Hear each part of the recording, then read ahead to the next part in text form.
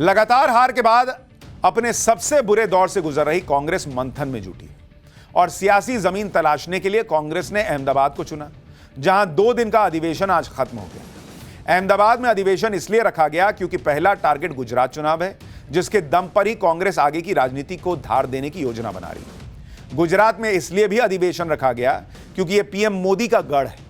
कांग्रेस की कोशिश थी कि अहमदाबाद से मोदी को सीधा संदेश दे देंगे कि भाई कांग्रेस लड़ना जानती है, फ्रंट फुट पर आकर चुनौती देना चाहती है, देखो आपके गढ़ में आके हम चुनौती दे रहे हैं। इस अधिवेशन को कांग्रेस ने ऐसे प्रोजेक्ट किया था कि पार्टी की सियासत बदल देने वाली पार्टी, लेकिन पार्टी कार्यकर्ताओं को उम्मीद थी कि कांग्रेस में क्रांति आ जाएगी।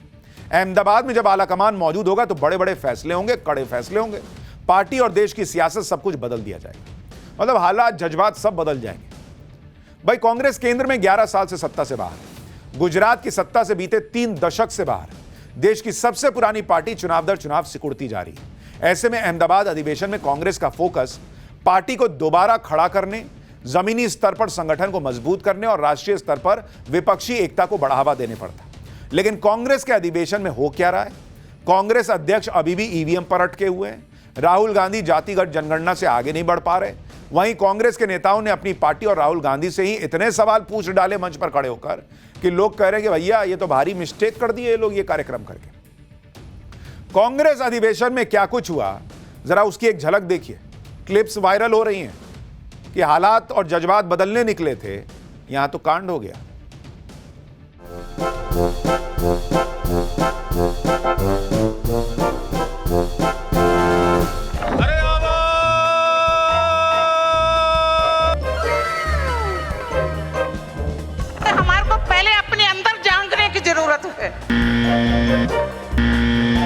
राहुल जी मैं आपसे कहने आया हूं, खड़गे जी मैं आपसे कहने आया हूं, देश का एक्सरे होना चाहिए।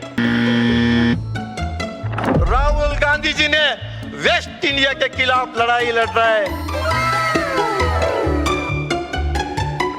अरे हिंदुस्तान जिंदाबाद, सोनिया गांधी हिंदुस्तान, राहुल गांधी हिंदुस्तान।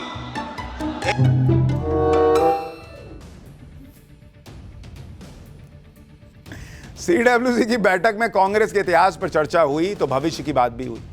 महात्मा गांधी और सरदार पटेल की विरासत को याद किया गया। सरदार पटेल की 150वीं जयंती को तो देश भर में मनाने का ऐलान भी हो गया, लेकिन जब बारी उन्हें सम्मान देने की आई तो राहुल गांधी के हाथ फिसल गए।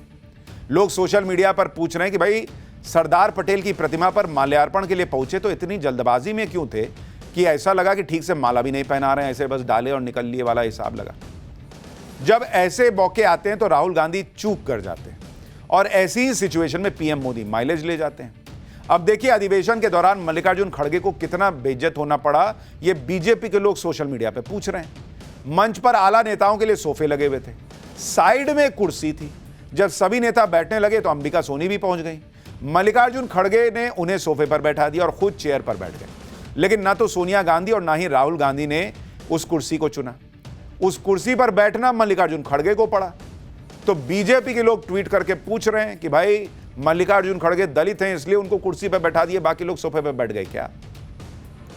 राहुल गांधी ने एक बार फिर दिखाया कि पार्टी का अध्यक्ष भले ही कोई भी हो, लेकिन सबसे ऊपर वही है। लेकिन कांग्रेस के इस अधिवेशन में एक बार नहीं बल्कि कई बार ऐसी स्थिति बनी कि मल्लिकार्जुन खड़गे तो छोड़िए, राहुल गांधी के पास भी जवाब नहीं था। अब जैसे कांग्रेस नेता आलोक मिश्रा जब भरे मन से पार्टी में नियुक्तियों पर सवाल उठाने लगे तो मल्लिकार्जुन खड़गे ताली बजाने के अलावा कुछ कर ही नहीं पाए। सुनिए जरा कैसे कांग्रेस के नेता ने ही पोल खोल दी मंच पर खड़े होकर। राहुल जी मैं आपसे कहने आया हूं, खड़गे जी मैं आपसे कहने आया हूं, आप भाजपा के लोगों को हटाना चाहते हैं कांग्रेस से। कांग्रेस के अंदर जो भाजपा के लोग हैं उन्हें हटाना चाहते हैं। मैं आपसे पूछना चाहता हूं कि कोई अगर शहर अध्यक्ष जिसका एक लड़का सपा में हो और जिसका एक लड़का भाजपा में हो, क्या वो शहर अध्यक्ष होने लायक है? राहुल जी मैं आपसे पूछता हूं, खड़गे जी मैं आपसे पूछता हूं कि एक व्यक्ति जिसका एक लड़का समाजवादी पार्टी में है और दूसरा भारतीय जनता पार्टी में है, क्या वो शहर अध्यक्ष होने लायक है? अगर वो है तो हम भी आपको स्वीकार करते हैं। अब कांग्रेस नेता ने ऐसा सवाल कर दिया कि सोनिया गांधी भी तालियां बजा रही थी, राहुल गांधी तो ऐसा लगा बगले झांकने लगे। वो कह रहे कि भाई ऐसा हो सकता है तो हम आपको स्वीकार कर सकते हैं। उसके बाद जब यूथ कांग्रेस के पूर्व अध्यक्ष श्रीनिवास बीवी बोलने खड़े हुए तो राहुल गांधी मन ही मन सोच रहे होंगे कि इनका भाषण कब खत्म होगा। भाई सुनिए एक बार श्रीनिवास बीवी ने क्या कह दिया, उसके बाद बताऊंगा कांग्रेस के अंदरूनी पॉलिटिक्स पर किसने तंज कस दिया। महात्मा गांधी जी ने ईस्ट इंडिया कंपनी के खिलाफ लड़ाई लड़ा। आदरणीय हमारा नेता राहुल गांधी जी ने वेस्ट इंडिया के खिलाफ लड़ाई लड़ रहा है। ये जो लोग हैं, दो ही लोग हैं, इस देश को बेचने का काम कर रहा है। यही का दो लोग हैं, उस देश को बेचने के साथ उसको लेने का काम करने का काम कर रहा है। बेचने का काम कर रहा है, लेने का काम कर रहा है, कुछ ढंग से समझ नहीं आ रहा है।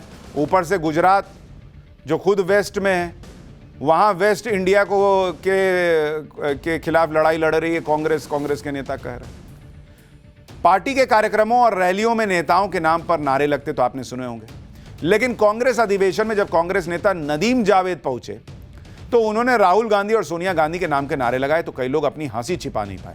देखिए क्या माहौल बना।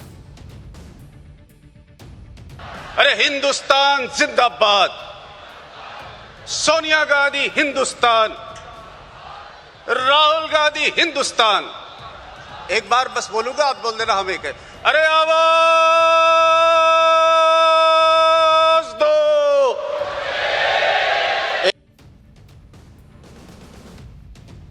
यहां तक तो ठीक था, लेकिन जब राजस्थान कांग्रेस की नेता रेहाना रियाज चिश्ती ने भरे मन से कह दिया कि राहुल गांधी की पदयात्रा फेल हो गई थी तो अब वहां पे जो लोग थे सब सकपका गए। देखिए वहां क्या हुआ। राहुल जी ने पूरे देश में कन्याकुमारी से लेकर कश्मीर तक पदयात्रा किया। उनके साथ में बहुत बड़ा एक आवाम चल रहे थे और कहाँ आके हम फेल हो जाते हैं। हमारे नेता दिन रात 24 घंटे काम करते हैं। कौन इनको फेल करना चाहता है? हमारे को पहले अपने अंदर झांकने की जरूरत है। हमें ये बहुत जरूरत है, हमारे में से कौन गद्दार है जो हमारे नेता को फेल करना चाहते हैं, जो दिन रात मेहनत करते हैं, जो आवाम की बात करते हैं। यानी उन्होंने इशारों में कह दिया कि राहुल गांधी की जो भारत जोड़ो यात्रा थी वो फेल थी, और किसने फेल किया, वो गद्दार कौन है, वो पता लगाना चाहिए। नेताओं के बयानों की छोड़ दें तो अहमदाबाद में 64 साल बाद हो रहे कांग्रेस के अधिवेशन में कई मुद्दों पर चर्चा हुई, जैसे कांग्रेस पार्टी आने वाले दिनों में किस तरह की राजनीति करेगी, बीजेपी के मुकाबले के लिए पार्टी की रणनीति क्या होगी, राज्यों से जुड़े सियासी मुद्दों पर कांग्रेस पार्टी की लाइन कौन तय करेगा। ऐसे तमाम सवालों पर कांग्रेस के 84वें अधिवेशन में मंथन हुआ। कांग्रेस के राष्ट्रीय अध्यक्ष मल्लिकार्जुन खड़गे ने बताया कि आने वाले समय में पार्टी की राजनीतिक दिशा क्या होगी। मल्लिकार्जुन खड़गे ने पार्टी और संगठन को मजबूत बनाने का आह्वान किया। उन्होंने कार्यकर्ताओं से कहा कि सभी सहयोग करेंगे और कांग्रेस पार्टी के साथ बने रहें। कांग्रेस निश्चित रूप से अगले गुजरात विधानसभा चुनाव में सरकार बनाएगी। शशि थरूर ने अधिवेशन के दौरान कार्यकर्ताओं को पार्टी की रीढ़ बताया। कहा कि कांग्रेस को उम्मीद की पार्टी होना चाहिए, न कि नाराजगी की। हमें भविष्य की पार्टी बनना है, न कि केवल अतीत की बातें करने वाला राजनीतिक दल। राहुल गांधी भी अधिवेशन में बोले, लेकिन उन्होंने अपनी पार्टी की कम और आरएसएस, अडानी, अंबानी से लेकर बांग्लादेश और ट्रंप टैरिफ पर जमकर बात की।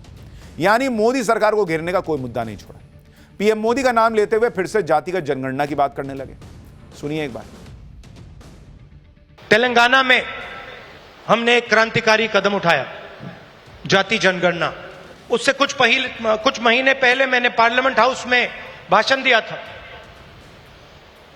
मोदी जी के सामने कहा कि मोदी जी आप जाति जनगणना कराइए। देश को मालूम होना चाहिए इस देश में दलित कितने हैं, पिछड़ा वर्ग कितना है, अति पिछड़ा कितना है, अति दलित कितने हैं, आदिवासी कितने हैं, माइनॉरिटीज कितने हैं, गरीब जनरल कास्ट के कितने लोग हैं। मुझे यह पता लगाना था कि इस देश में किसकी कितनी भागीदारी है। उस समय मैंने कहा था कि देश का एक्सरे होना चाहिए। एक तरफ राहुल गांधी जातिगत जनगणना की बातें कर रहे हैं, तेलंगाना का एग्जाम्पल देकर देश का एक्सरे करने की बात कर रहे हैं, लेकिन उन्हें अपने नाना जवाहरलाल नेहरू की उस चिट्ठी को भी याद कर लेना चाहिए जो उन्होंने आरक्षण को लेकर मुख्यमंत्रियों को लिखी थी। पीएम मोदी ने उस चिट्ठी का कुछ हिस्सा संसद में पढ़कर सुनाया भी था। जवाहरलाल नेहरू ने अपनी चिट्ठी में लिखा था कि मैं किसी भी आरक्षण को पसंद नहीं करता और खासकर नौकरी में आरक्षण तो कतई नहीं। मैं ऐसे किसी भी कदम के खिलाफ हूं जो अकुशलता को बढ़ावा दे, जो दोयम दर्जे की तरफ ले जाए। कांग्रेस के अधिवेशन में पार्टी को आगे ले जाने पर चर्चा होनी थी, लेकिन पूरा फोकस तो मोदी से कैसे निपटा जाए इसी पर रहा। मल्लिकार्जुन खड़गे ने भी बीजेपी पर जमकर खींच उतारी। पार्टी की हार से बौखलाए मल्लिकार्जुन खड़गे कैसे एक बार फिर ईवीएम पर भड़क गए, जरा देखिए। पूरी दुनिया के विकसित देश ईवीएम को छोड़कर बैलेट पेपर की तरफ चल गए हैं। कहीं भी दुनिया में ईवीएम्स नहीं है, सिर्फ भारत में है। इसीलिए विकसित देश भी बैलेट पेपर में है, लेकिन हम ईवीएम पे चल रहे हैं। ये सब फ्रॉड है, मैं ये कहूंगा, लेकिन वो लोग प्रूव करो। अरे आपने ऐसे टेक्निक बना लिए हैं कि जिससे आपको फायदा हो, अपोजिशन पार्टी को नुकसान हो, ऐसे टेक्नोलॉजी बनाकर अगर हमको हराना चाहते हैं तो आज नहीं कल इस देश के नौजवान उठेंगे और आपको हाथ पकड़ के ये कहेंगे हमको बैलेट पेपर होना चाहिए, ईवीएम नको। यानी फिर वही घिसी पिटी बातें, नई शुरुआत करना चाहते हैं, लेकिन वही फंसे हैं कि भाई ईवीएम में गड़बड़ी। भाई ईवीएम में गड़बड़ी है तो फिर ये सब करके क्या मिल रहा है आपको? फिर छोड़ दीजिए। और फिर 99 पे क्यों खुश हो रहे थे कि राहुल गांधी ने तो गजब कर दिया, मोदी जी की छाती 56 इंच नहीं रह गए वगैरह वगैरह, क्यों कर रहे थे? तब भी आप रोते कि मेरी 99 क्यों आई, मेरी 5-6 हजार सीटें आ जानी चाहिए थी, ऐसा कुछ बोल देते। बोलने में क्या है, 543 से आपको क्या मतलब रह गया? वही पुरानी कहानी, लेकिन चाहते हैं कि पिक्चर हिट हो जाए नए तरीके से। कैसे होगी भाई?